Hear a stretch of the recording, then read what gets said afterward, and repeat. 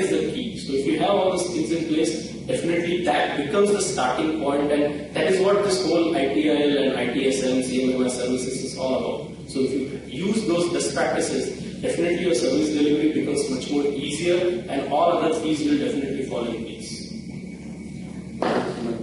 Well, I have kept a few points in our discussion here right now.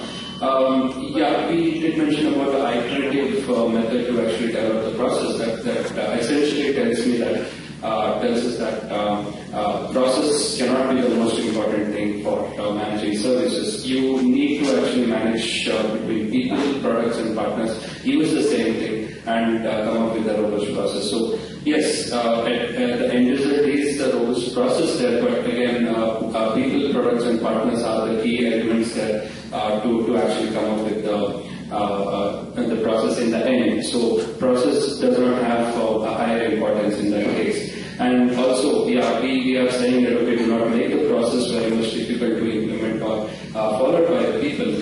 Now, that essentially tells me that again, it should not be a process dependent, but a goal-oriented approach. I need to actually modify the process that is being followed by the team or by the service delivery organization. It needs to be modified every now and then, and I am not actually giving higher importance to process in that case. I am only giving importance more to what I want to achieve in the service delivery, and ensuring that the other resources like people, tools and technology and partners are available to help me achieve that delivery of services.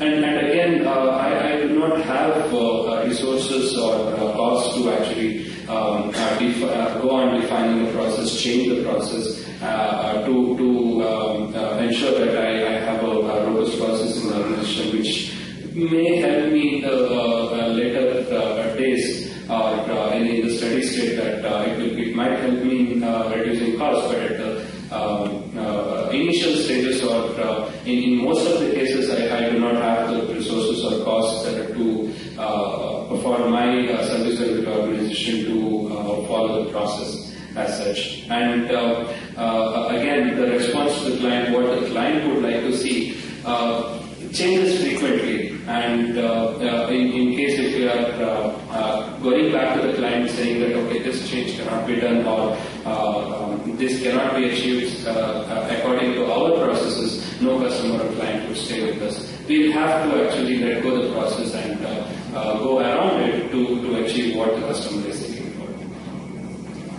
So I would just like to conclude telling that if you look at Gartner last year came out with a statement that almost 85 to 90% of organizations today are going for ITIL implementation. So that counters the point which tells that there are different processes, because ITIL as a best practice, if you see, now if everyone starts following that, so whether irrespective of whichever customer organizations you are working with, so all the processes get aligned. And the most important thing is process is something which actually ties all the 4 P's together. Because process is something which aligns your customer objectives with whatever service delivery you are providing. The KPIs will make sure that whatever delivery you are making will make sure that the results are achieved as per whatever you have defined as the goal of the organization. So I would say that process is the key which actually ties up everything together and make sure that your people, your technology, your partners, everyone is aligned to the same objective and make sure that everyone delivers the proper service delivery. So my view is that's it. Thanks. Thanks. So if there are any questions, judges may ask.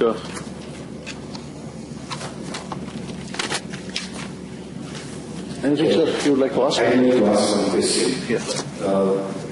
If process is not the most important out of the 4 P's, which do you guys think is the most?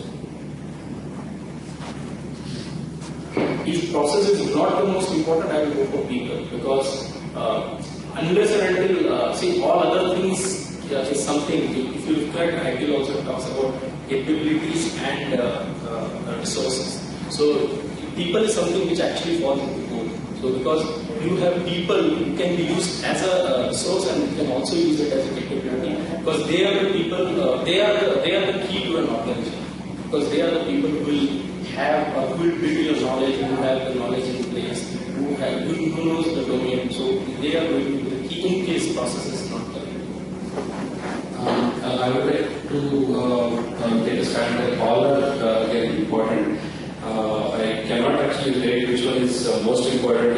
And if I have to, then I would actually rate people, process, and products are more important again. I mean, it's all about what the customer wants and what you would like to see the quality of services that is being delivered to the customer. I would actually mix and match people, process, and products, give very little importance to each of these to achieve what the customer would like to see. Answer your specific question, since you asked for a priority and putting people. Otherwise, obviously, all the four, as my earlier stand was, all the four are equally important. But if I have to take a stand, I'll go for first is process and then is people. Changing your mind. No, I'm not. No, I'm answering your specific question. After process itself. No, you're saying process is still the first most Yes. important. But your question was after process, which is the. So for that, I'm telling people. Okay. Rajan ji, if you have want to ask any question. Ashok ji, you okay, Ashok?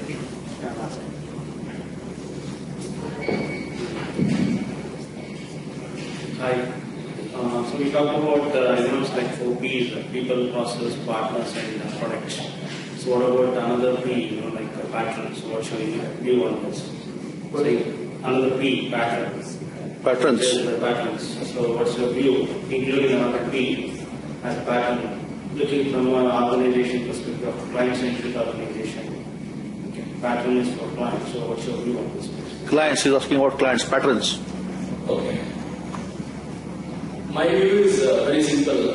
Honestly, end of the day, the whole ITSM is geared towards patterns or your customers. So, like at end of the day, irrespective of the processes, the people, everything has to be geared towards the customers. Unless and until that happens, whatever processes you put or whatever people you have in the organization, whatever technology you use, because end of the day, even customers are not bothered whether you are using Remedy or you are using ServiceNow, you are using Java, you are using .NET. End of the day, they need whatever services we have promised, whether we are delivering it, irrespective of whatever model you use, whether you use a cloud, whether you use a virtualization, they are least bothered. End of the day, customer says that, okay, this is what you have promised, can you deliver that? Yes, for delivering those, these 4 P's are very important, because these 4 P's ensure that whatever is their requirement to capture it properly designed, and then it is delivered. So that is where you have process which will make sure that it is aligned, so the objectives, and then the KPIs will make sure that we measure it. So that's my view. Sir, I would like to say patterns would actually rate higher because as we discussed again, it's the end result.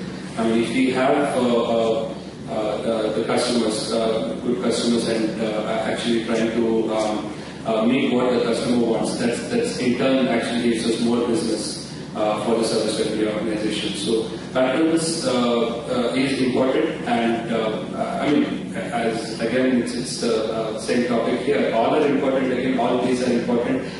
We can still rate patterns a bit higher to actually gain more or instill confidence in the customer on our organization. So in sales terms, I think we would rate patterns as higher, because I mean, that's actually a selling point for the organization, saying that, okay, we have good customer satisfaction there, or we have so many clients and we can actually expect more business, or